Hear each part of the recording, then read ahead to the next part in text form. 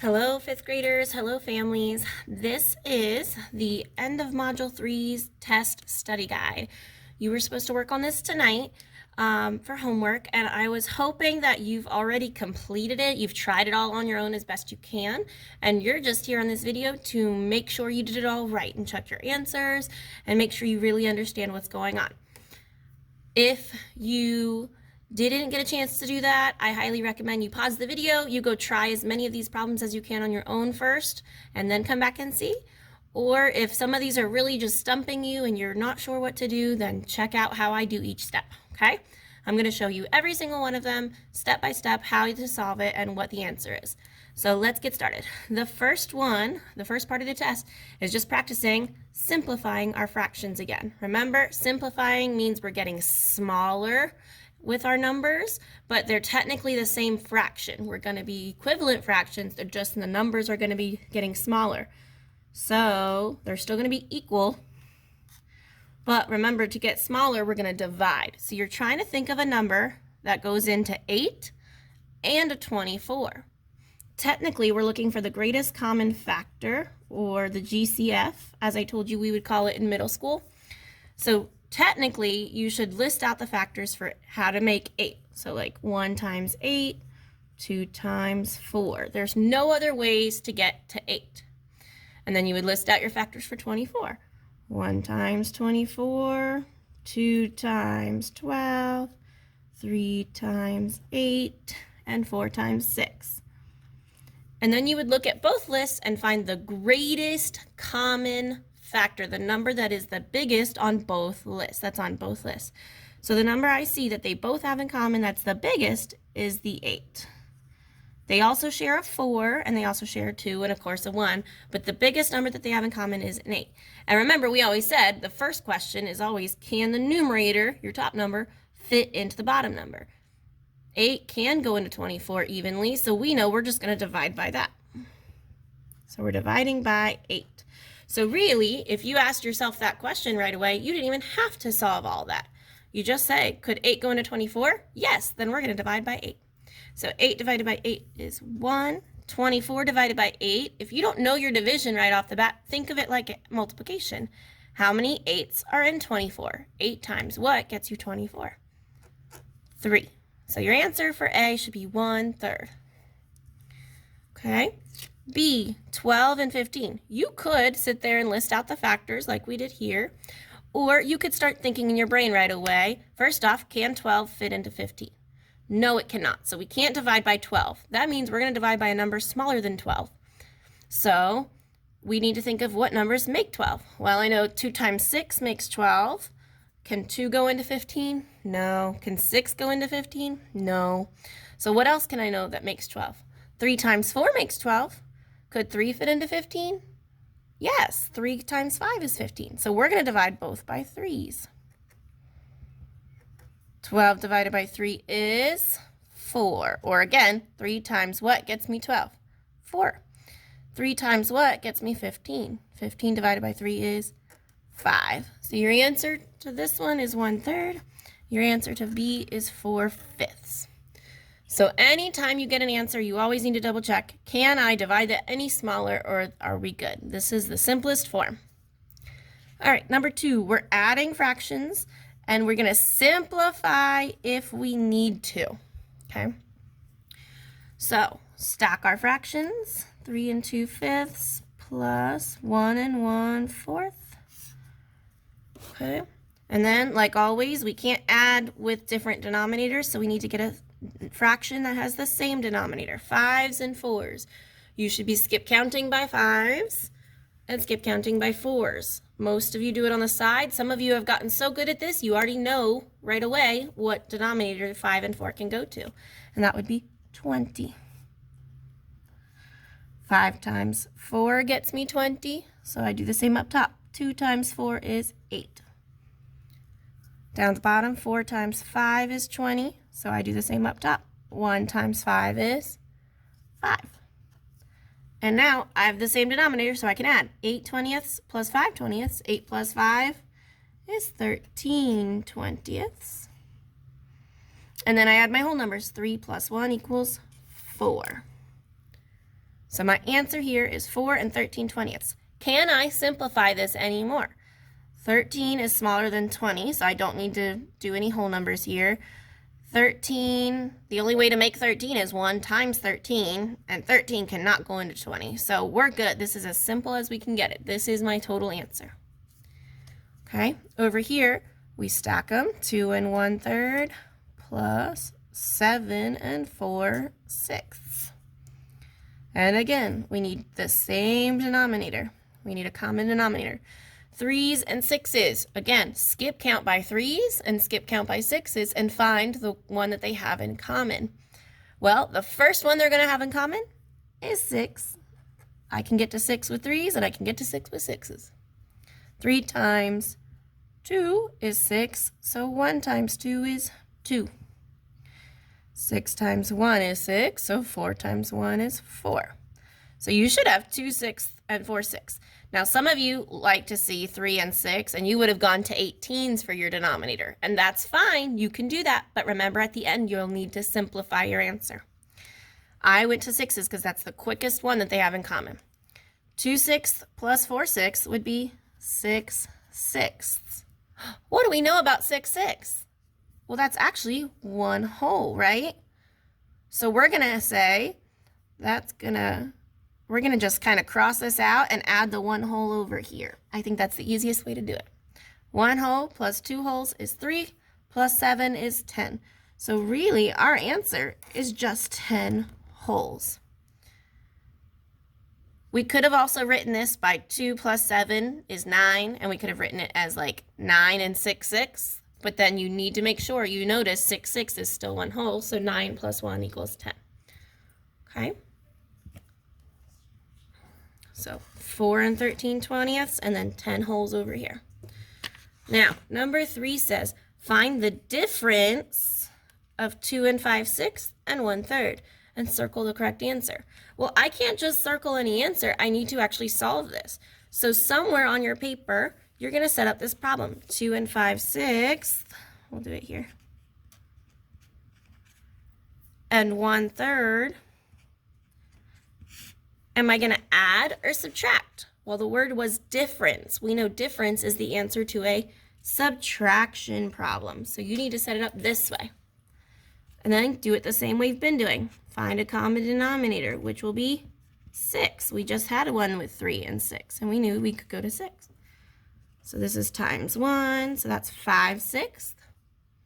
And down here, 3 times 2 gets me 6, so 1 times 2 is 2. 5/6 minus 2/6. 5 minus 2 is 3/6.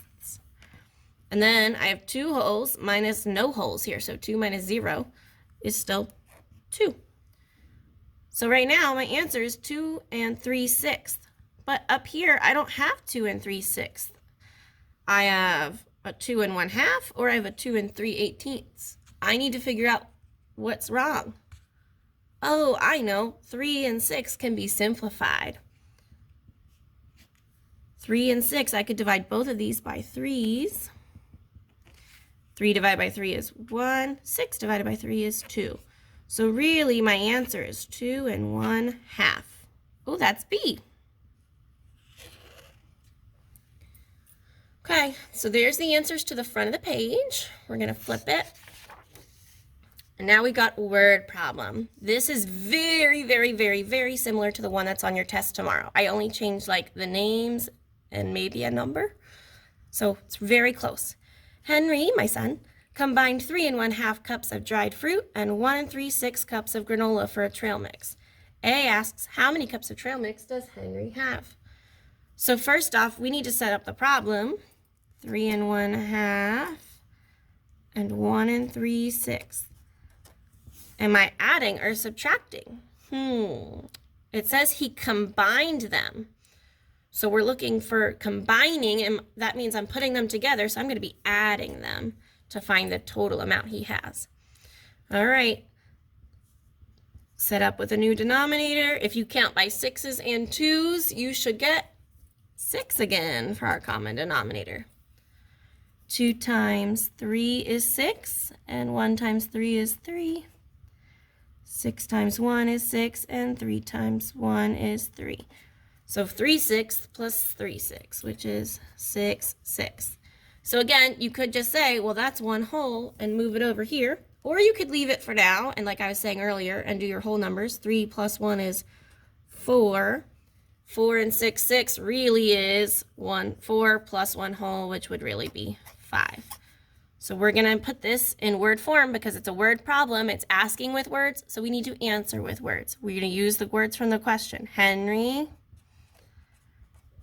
has, and we're going to use our answer, 5, and then the words from the question, cups of trail mix.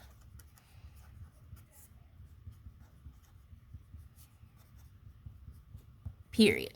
So that should be your sentence. B, if Henry gives 2 1/2 cups of his trail mix to his daddy, how many cups of trail mix does he have left? When you hear that word, those words, have left, you know you're going to be subtracting. So we're going to take the 5 cups he made, and we're going to subtract the 2 1/2 cups he gave away to his dad. Okay, now I have no fraction up here, so 0 minus 1/2. Can I do that? No, I can't. So I need to go next door to the ones, and I'm going to unbundle this, or borrow, and I'm going to make that 5 a 4, and we're going to take one of those ones and move it over here to a fraction. What's 1 whole in fraction form when I have 2's for my denominator? We want to keep the denominator the same. So 1 whole would be 2 2's, or 2 halves. 2 halves minus 1/2 would be 1/2. And then 4 wholes minus 2 would be 2. So we should have 2 1/2 cups left. So again, we need to answer with a sentence. The question was, how many cups of trail mix does Henry have left? So again, use the words from the sentence, from the question. Henry has, and then you put your answer, 2 1/2 cups of trail mix left.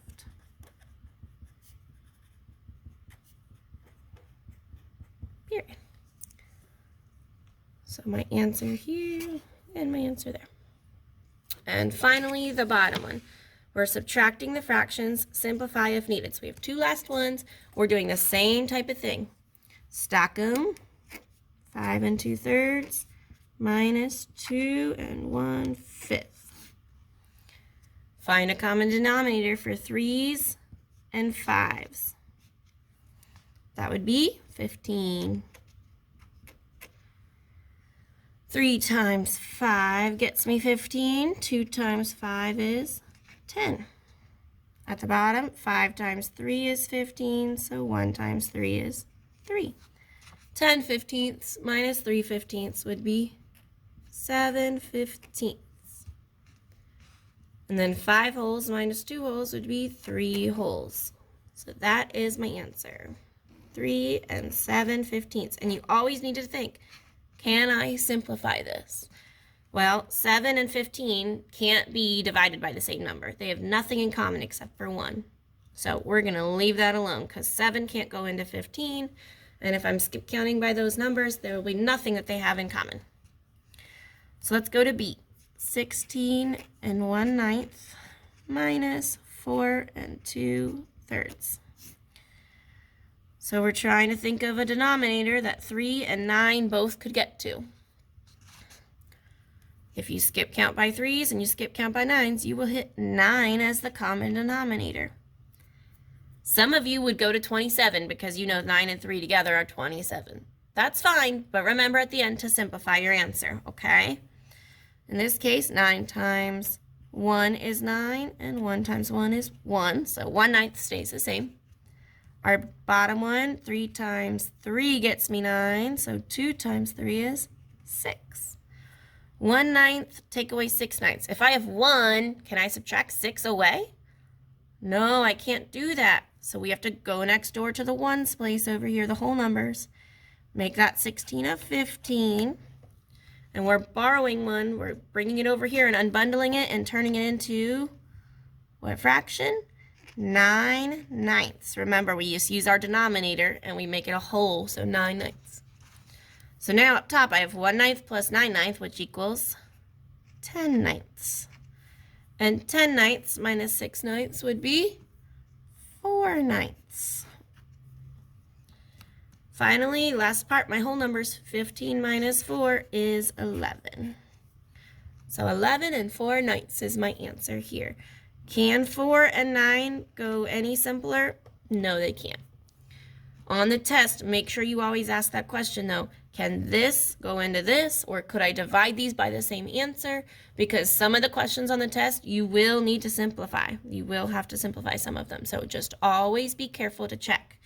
And like I said, if you went to 27ths, you should have gotten 12 27ths, and you would divide them both by 3s, and you would get 4/9.